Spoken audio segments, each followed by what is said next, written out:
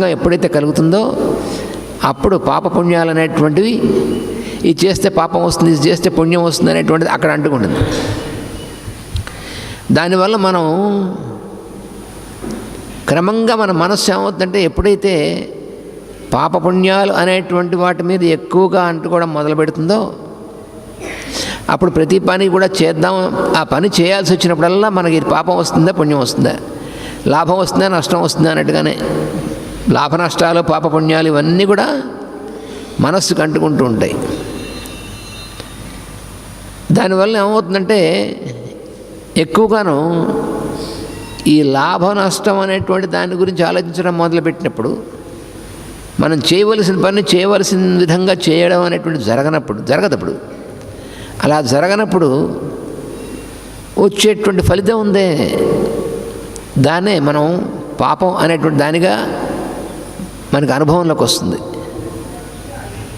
So when we take up some work by being attached mentally to the result of the work, what happens then? Our mind gets habituated to estimate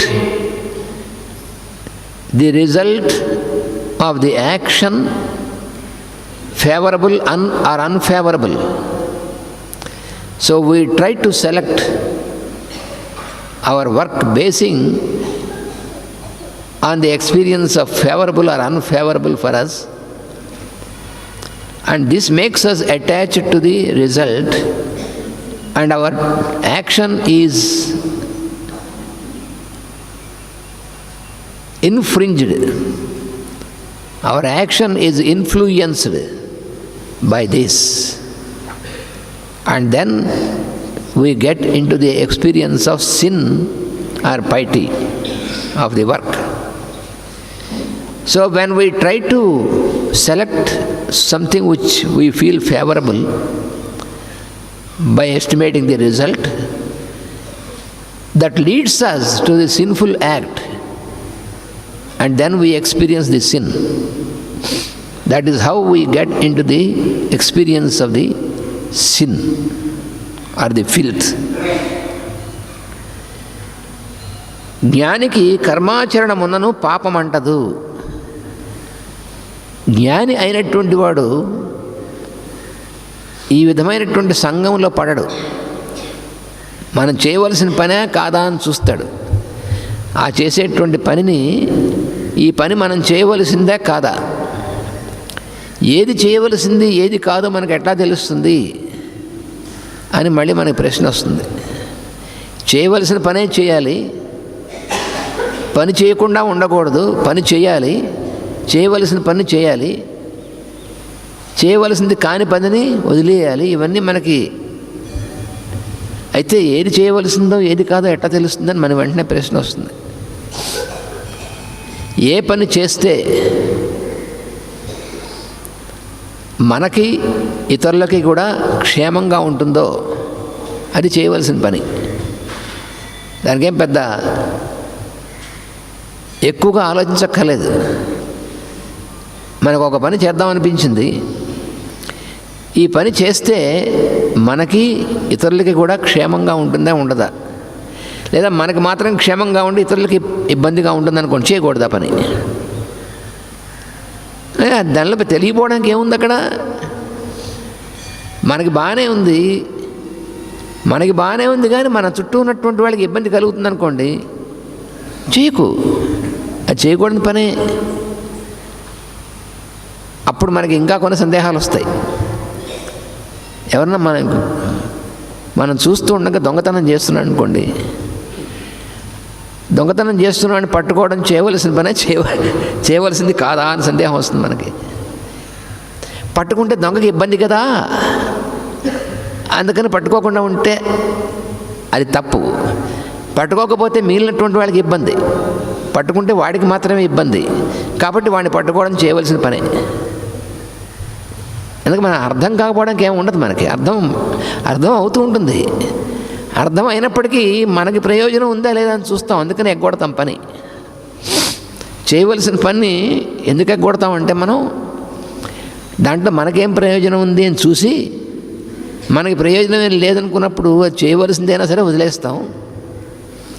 మనకి ప్రయోజనం ఉంది అనిపించినప్పుడు మిగిలినటువంటి వాళ్ళకి ఇబ్బందిగా ఉన్నా సరే దాన్ని చేస్తాం. ఇది మనం అంటే జ్ఞానము అనేటువంటిది మనకి లో పని చేయనప్పుడు అలాంటి పని చేస్తాం. So what generally we observe in the world is when it comes through our mind to decide whether to do some work or not, how can decide whether the work is the proper work to be done or not? How can we make a proper decision? It is explained by the masters that it is very simple. Any work, when you do some work, if it produces any sort of difficulty or any sort of problem it creates to you and to others, then be sure that it is to be kept aside. You should not take up that work. Any work which is congenial for the common good,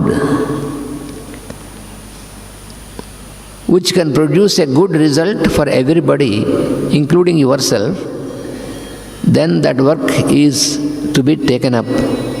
So it is so simple to understand, there is no difficulty. So, but if you take up some work which is convenient to you, but which produces any difficulty to other person, then you have to leave that work. You are not expected to produce difficulty to other persons. But here also, we have to make a close observation. Whether it is something which produces difficulty to any one individual or to the society.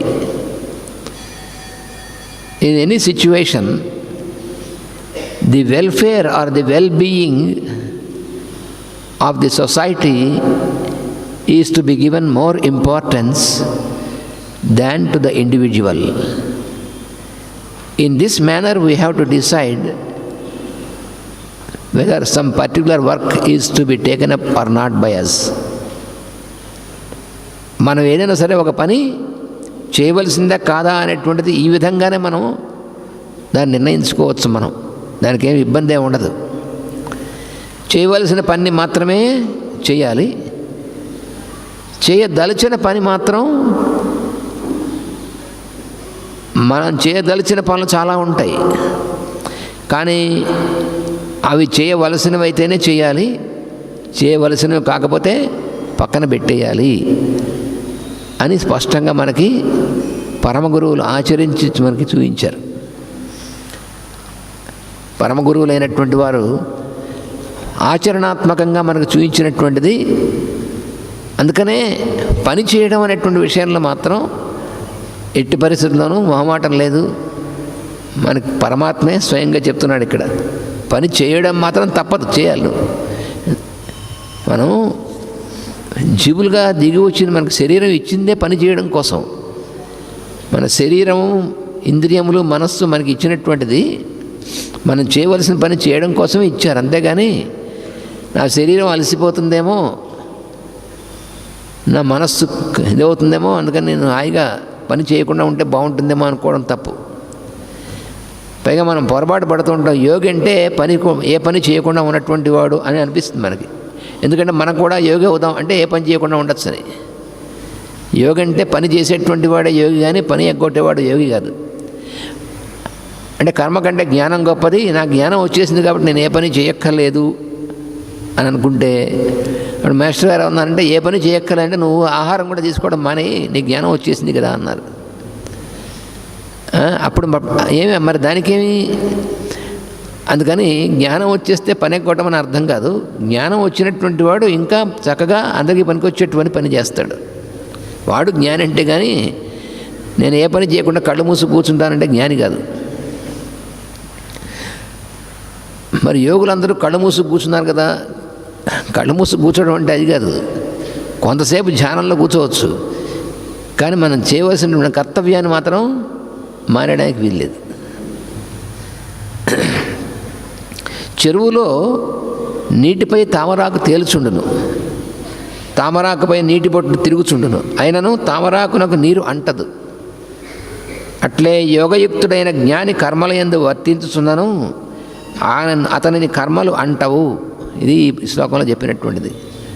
So in this stanza the lord has clearly explained that even though you are in this mundane world, even though around you there is so much of filth or sin in the world, even then if you keep yourself attending to your duty, attending your work without attachment to the result of the work, then you are not affected by any filth, just like the lotus leaf which is constantly dwelling in water, being not affected by any drops of water. That is a wonderful example given by the Lord himself in this stanza.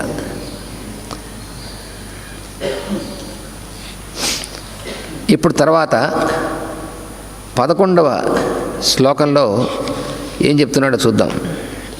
Now we continue in the 11th stanza. కాయేన మనసా బుద్ధ్యా కేవలైరింద్రియైరపి యోగినః కర్మ కుర్వంతి సంగం త్యక్త్వా ఆత్మశుద్ధయే. యోగినః యోగులైనటువంటి వారు కర్మ కుర్వంతి కర్మ ఆచరణ చేస్తూనే ఉంటారు. యోగులైనటువంటి వారు కర్మాచరణ చేస్తూనే ఉంటారు. సంగం త్యక్త్వా సంగం అనేటువంటి దాన్ని వదిలేసి కర్మాచరణ చేస్తుంటారు యోగులైనటువంటి వారు. ఎందుకని? ఆత్మశుద్ధయే, ఆత్మశుద్ధి కోసము. అంటే ఆత్మను శుద్ధి చేయడం కోసం కాదు. ఆత్మ ఎప్పుడు శుద్ధమే. ఆత్మ అంటే పరమాత్మ అనేటువంటి ఆయనలో భాగమే, ప్రతి వాళ్ళలో ఉన్నటువంటిది, నేననేటువంటిది. ఆ ఆత్మ ఎప్పుడు శుద్ధమైనటువంటిది కాబట్టి ఆ శుద్ధమైనటువంటి స్థితి అందు ఉండడం కోసమే సంగం అనేటువంటి దాన్ని వదిలేసి కర్మ అనేటువంటి చేస్తుంటారు.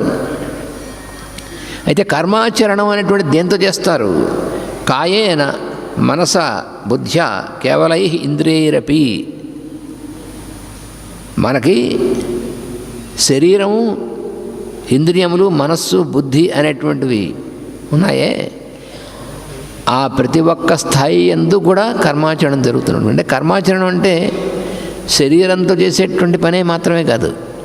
శరీరం, ఇంద్రియాలు, మనస్సు, బుద్ధి ఇవన్నీ పనిచేస్తుంటాయి. ఈ అన్ని స్థితుల్లోనూ కూడా సంగము లేకుండా పనిచేస్తారు యోగులైనటువంటి వారు అని చెప్తున్నాడు ఇక్కడ.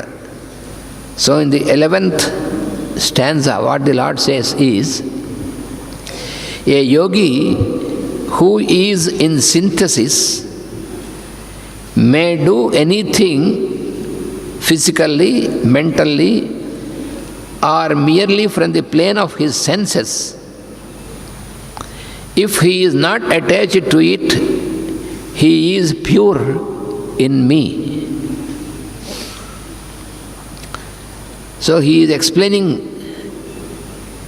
how a yogi acts. Who is a yogi? Anyone who is stabilized in the Lord consciousness is a yogi, who is in synthesis.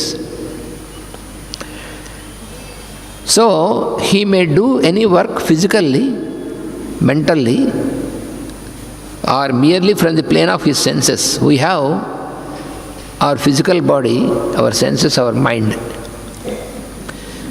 So some of the acts we perform with our physical body.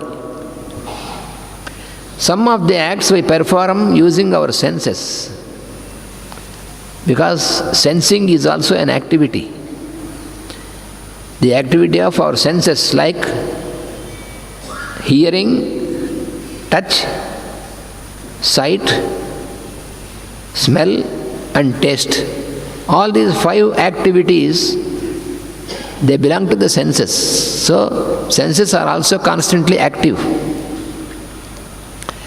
And mind is much more active entity. So mind is also active. So we do the work either physically or with the senses or with the mind. So a yogi, because he is in synthesis, he may do any work on any of these planes. If he is not attached to it, then he is pure in me, in the I am. So the key is in keeping non-attached. That is the key. శరీరముతో కొన్ని పనులు చేయబడును. మనకు ఆకలి వేసిందనుకోండి, ఆహారం శారీరకంగానే తీసుకోవాలి, తప్పదు. చూసారా? శరీరం చేయాల్సిన మనసు శరీరం చేయాలి, ఇంద్రియాలు చేయాల్సిన మనసు ఇంద్రియాలు చేయాలి, మనసు చేసేటువంటి పనులు మనసు చేయాలి. ఏ పని ఏది చేయాలనేటువంటిది మనం అంటే జరుగుతూ ఉంటుంది మనలో, మనకు తెలియకుండా. మనం నిద్రపోతుంటాం, ఆ పని జరుగుతూ ఉంటుంది. వాటి యందు మేల్కాంచినటువంటి వాడు యోగి, నిద్రపోతున్నటువంటి వాడు మనం. యోగి కానటువంటి వాడు నిద్రపోతున్నట్టే. మనం మేలుకున్నట్టు అంటాం, మనం మేలుకునే ఉంటాం. మనం మేలుకుని ఉన్నాం, మనకు ఆఫీస్కి వెళ్తున్నాం, ఆఫీస్లో పనిచేస్తున్నాం, ఇంట్లో వస్తున్నాం, ఇంట్లో భోజనం చేస్తున్నాం, సంసారం చేస్తున్నాం, ఇవన్నీ చేస్తున్నాం. మనం మేలుకునే ఉన్నాం అనుకుంటాం. కళ్ళు తెరుచుకుని ఉన్నాం, మేలుకుని ఉన్నాం, కానీ మనం నిజంగా మేల్కాంచలేము. ఎందుకని? ఈ పనులు ఏ పని ఏ స్థాయిలో జరుగుతుందనేటువంటి దాని మీద మనం ఎప్పుడు మేల్కాంచి ఉన్నామా? అంతసేపు లేవు. మనకు తెలియకుండానే మన మనసు పనిచేస్తుంది, మనకు తెలియకుండానే మన ఇంద్రియాలు పనిచేస్తుంటాయి, మనకు తెలియకుండానే మన శరీరం కూడా పనిచేస్తూ ఉంటుంది. అదేమిటంటే శరీరం తెలియకుండా పనిచేస్తుందండి అనుకుంటాం మనం. శరీరం పనిచేస్తున్నప్పుడు కూడా మనం దాని యందు మేల్కాంచి ఉండం ఎక్కువగా. మన రోజు మనం చూసుకుంటే అర్థమవుతుంది మనకి. ఆకలి వేస్తున్నప్పుడు, ఆహారం తీసుకుంటున్నప్పుడు కూడా మనం నిజంగా దాని యందు మేల్కాంచి ఉన్నామా? మనలో మన మాట. ఎంతమంది దానిలో మేల్కాంచి ఉన్నాము? We feel that we are awakened. For all the practical purposes, we are in the awakened state because our eyes are wide open. But yet, we have to accept that we are not fully awakened in our existence, because we know that our mind is active, our senses are active constantly, but we are not aware about the action of either senses or mind, and also even body. How many of us constantly we are aware when our body is at work, in any work? Because the body keeps on working and it is only like a machine, and we are not aware of this because we are not synthesized. That is the problem. In our daily life, just observe ourselves. When we are hungry, when we are taking the food, are you sure that you are completely aware of you are taking food? How many of us we are aware of our activity of taking food while taking the food? మనం ఆహారం తీసుకుంటున్నప్పుడు, ఆహారం తీసుకోవడం భౌతికమైనటువంటి శరీరంతో చేస్తున్నప్పటికీ దాని యందు నిజంగా మనం మేల్కాంచి ఉన్నామటండి. ఆహారం తీసుకుంటూ ఏదో ఆలోచిస్తూ ఉంటాం, ఏదో మాట్లాడుతూ ఉంటాం, అక్కలేని వాగుడంతా వాగుతూ ఉంటాం, ఎవరిని గురించి మాట్లాడుతూ ఉంటాం, వాళ్ళు అలాట వీళ్ళు ఇలాట అనుకుంటూ ఉంటాం, ఎవరినో తిట్టుకుంటూ ఉంటాం. ఆడు భార్య భర్త ఉన్నారు, భర్త మీద భార్య, భార్య మీద భర్త, కోపం వచ్చిందనుకోండి, ఆడ వంటతో భర్త గారిని తిట్టుకుంటూ వండుతుంది.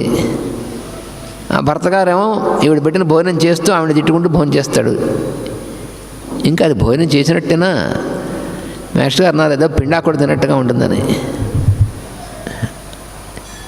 వాడికి ఏం లాభం? వాడికి ఆవిడ తిట్టుకుంటూ వంట చేసినటువంటి ఆ వంట తిన్నా ఎవరికి ఉపయోగం లేదు ఆ ఆహారం తీసుకుంటే. ఒకవేళ ఆవిడ మంచిగా చేసి పెట్టినా వీడు ఆవిడ తిట్టుకుంటూ వీడు తిన్నా వీడికి ఏం ఉపయోగం లేదు. లేదా ఇంకా శ్రేష్టమైనటువంటి మనం చేస్తూ ఉంటాం ఏంటంటే ఎదురుగుండా టీవీ పెట్టుకుని ఆహారం తింటూ ఉంటాం. అది మరీ భయంకరమైంది. వాడు ఎవరినో చంపుతూ ఉంటాడు, దాంట్లో అది చూస్తూ మనం ఆహారం తీసుకుంటాం. అంటే ఆ చంపి తిన్నట్టు మనం అన్నమాట. మనం శరీరంతో ఎవరిని చంపకపోయినా వాడెవరినో ఇంకొని చంపుతున్నట్టు చూస్తూ ఉంటాం. అది చూస్తూ మనం ఆహారం తీసుకుంటే ఏమవుతుంది? వాడు ఏ విధ పని చేస్తున్నాడో ఆ పని చేస్తూ అదే దాన్ని మనం తిన్నట్టుగా అవుతుంది. ఇంకా అంతకంటే ప్రమాదం అన్నమాట అది. అందుకని మనకు ఆహారం ఎందుకు వంట పడుతుంది, ఎందుకు జబ్బులు వస్తున్నాయో మనకు తెలియదు. ఏమిటోనండి ఈ జబ్బు ఎందుకు వచ్చిందో, ఎందుకు వస్తుంది? మరి మనం చేసే పనుల వల్లే వస్తుంది.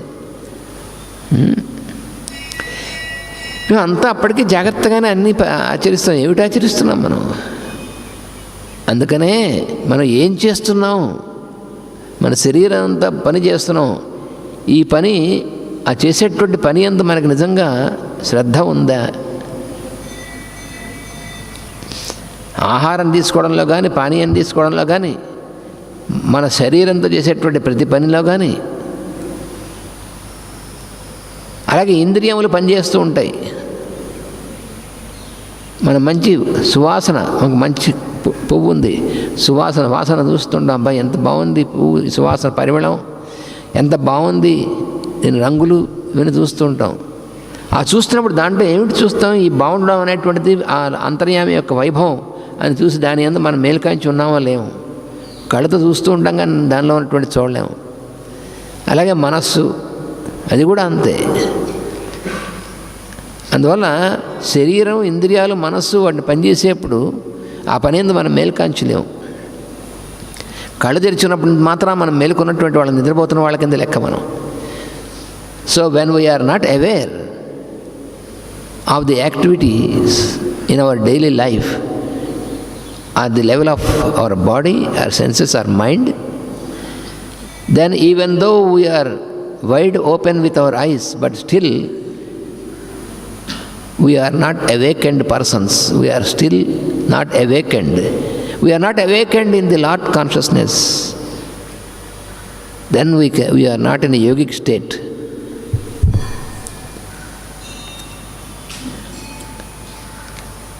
అందుకని బుద్ధి అనేటువంటి దాన్ని ఉపయోగించినట్లయితే ఏ పని దేంతో చేస్తామనేటువంటిది మనకు తెలుస్తుంది. శరీరంతో చేసేటువంటి పని ఏది, ఇంద్రియాలతో చేసేటువంటి పని ఏది, మనసుతో చేసేటువంటి పని ఏది అని మనకు తెలుసుకుని దేని చేత ఏ పని చేయించాలి అనేటువంటిది కూడా మనకు అర్థమవుతుంది. అప్పుడు మనం చెప్పినట్టు అవి చేస్తాయి, లేకపోతే అవి చెప్పినట్టు మనం చేయాల్సి వస్తుంది. కొన్ని కేవలము ఇంద్రియములచే ఆచరింపబడును. ఉదాహరణకు బరువు మోయుట, పొలం పనులు మునగ చేయుట మన శరీరంతో ఆచరిస్తాం. ఇతరులకు మనకు గల సంబంధమును మనసుతో వ్యవహరిస్తాం. అంటే మనం చేస్తాం ఇవన్నీ, కానీ ఏది దేంతో చేస్తాం? మనకి వాటిని విడదీసుకునేటువంటి పని మనం చేయం. శరీరంతో చేసే పనికి, మనసుతో చేసే పనికి మనం విడదీసుకోవాలి. అప్పుడు మనకి ఏమవుతుందంటే శరీరంతో చేయవలసిన పని అప్పుడు శరీరంతో చేస్తాం, మనసుతో చేయాల్సిన పని అప్పుడు శరీరంతో మనసుతో చేస్తాం. కానీ ఎక్కువగా మనం ఏం చేస్తామంటే శరీరంతో చేయవలసిన పని చేసేప్పుడు కూడా మనసుతోనే ఎక్కువ చేస్తాం. అందుకని మనకు రోగం వస్తుంది. మనం ఒక చోట నుంచి ఒక చోట ప్రయాణం చేయాలనుకోండి, ప్రయాణం శరీరంతో చేయాలి. శరీరం కదా ప్రయాణం చేస్తుంది. మనం గురు పూజలకు రావాలి. మనం ఎక్కడో ఢిల్లీ నుంచో లేకపోతే వాళ్ళు వేరే దేశం నుంచి వచ్చారు, రావాలంటే శరీరంతో కదా వచ్చేది. మనసుతో అయితే అక్కడ కదలక్కలే. మనం అక్కడే కూర్చుని గురు పూజలు ఇప్పుడు మనసుతో చేసి ప్రత్యక్షంగా చూడొచ్చు కూడా. ఇప్పుడు మన ఇక్కడ రాలేనటువంటి వాళ్ళు వేరే దేశాల్లో ఉన్నటువంటి వాళ్ళు ప్రత్యక్షంగా చూస్తున్నారు ఇక్కడ జరుగుతున్నటువంటి కార్యక్రమాన్ని. ఇప్పుడు అది కూడా ఏర్పాటు చేశారు కదా, అలా అక్కడ కూర్చొని చూడొచ్చు. లేదా ధ్యానం, మనసుతో ధ్యానం చేసి ఇప్పుడు ప్రవచనం అవుతూ ఉంటుంది, జరుగుతుంది, మనసుతో కూడా మనం అక్కడ ఉండొచ్చు. అది వేరే సంగతి. కానీ శరీరంతో మనం రావాలనుకున్నాం అనుకోండి, రావాలనుకున్నప్పుడు దానికి తగినటువంటి ఏర్పాటు చేసుకుని ఆ సమయం వచ్చిన తర్వాత శరీరంతో మన రైలు ఎక్కడం, విమానం ఎక్కడం ఏదో చేస్తాం, మనం వస్తాం. అదే కానీ దానికంటే ముందు నుంచి మనసుతో వెళుతూ ఉంటాం. అక్కడ ఉంది ఇబ్బంది అంతా.